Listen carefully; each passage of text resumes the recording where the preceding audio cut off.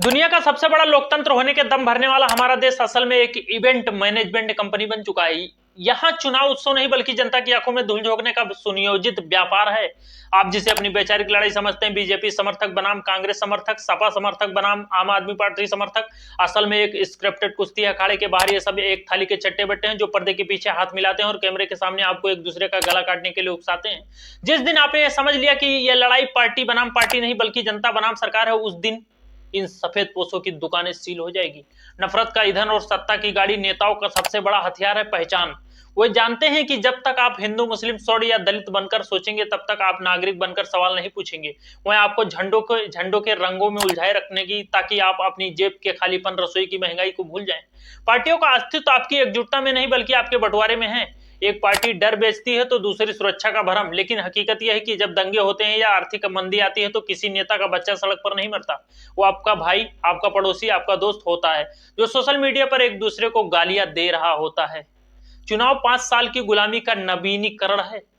हर 5 साल में आपको यह भ्रम दिया जाता है कि आप राजा हैं। आपकी अंगूठी की स्याही को लोकतंत्र की ताकत बताया जाता है, लेकिन गौर से देखिए, वोट के लिए बाद आप अगले 5 साल के लिए एक बेबस याचक बन जाते हैं।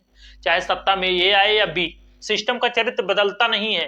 पुलिस वही लाठियां भाजती है, दफ्तरों में वही भ्रष्टाचार चलता है और अस्पताल की चौखट पर तड़पती हुई जनता दिखती है। पार्टियां बदलती हैं पर शोषण का तरीका वही रहता है। यह एक ऐसा सिंडिकेट है जहां विपक्षी दल सिर्फ इसलिए शोर मचाता है ताकि अगली बार लूट का ठेका उसे मिल सके। असली लड़ाई तब शुरू होती है जब आप पार्टी के चश्मे को उतार कर फेंकते हैं। सरकार किसी भी पार्टी की हो, स्वभाव को तानाशाह और जवाबदेही से बचने वाली होती है। जब आप अस्पताल के बेड के लिए गिड़गिड़ाते हैं तब वहां कोई बीजेपी या कांग्रेस नहीं होती, वहां सिर्फ एक नाकाम तंत्र होता है। जब आप एक बेरोजगारी व डिग्री लेकर दर दर भटकता है तो उसके लिए हर पार्टी का घोषणा पत्र एक रद्दी कागज के सिवाय कुछ नहीं होता। जिस दिन जनता ये पूछना शुरू कर देगी कि मेरी सड़कें कहां हैं, बजाय उसके लिए कि उसने उस धर्म के बारे में क्या कहा, उस दिन नेताओं के पसीने छूटने लगेंगे। उनका वो सबसे बड़ा डर यह है कि कहीं भेड़ जागरूक होकर शेर न बन जाए। आईटी सेल और मानसिक गुलामी। आजकल नेताओं ने आपको अपना बिना वेतन का कर्मचारी बना लिया है। आप उनके लिए फेसबुक व्हाट्सएप पर लड़ते हैं, अपने सगे संबंधियों से रिश्ते खराब करते हैं, जबकि वो सांसद की कैंटीन में साथ बैठकर सब्सिडी वाली रोटी तोड़ रहे होते हैं और हमारे पैसे से।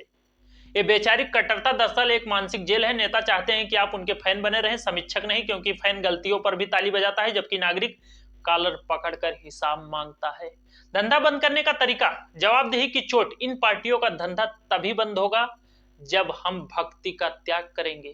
लोकतंत्र में नेता सेवक होता है, खुदा भगवान नहीं। जब तक आप उन्हें भगवान मानकर पूजेंगे वह आपका शोषण करते रहेंगे। असली सत्ता गलियों में है, संसद में नहीं। जिस दिन देश का आम नागरिक ये समझ जाएगा कि पुलिस प्रशासन और सरकार उनके टैक्स के पैसों पर पलने वाले नौकर हैं, उस दिन शक्ति संतुलन बदल जाएगा। यह लड़ाई लंबी है क्योंकि दुश्मन सिर्फ नेता नहीं बल्कि हमारी खुद की उदासीनता और अंधभक्ति भी है।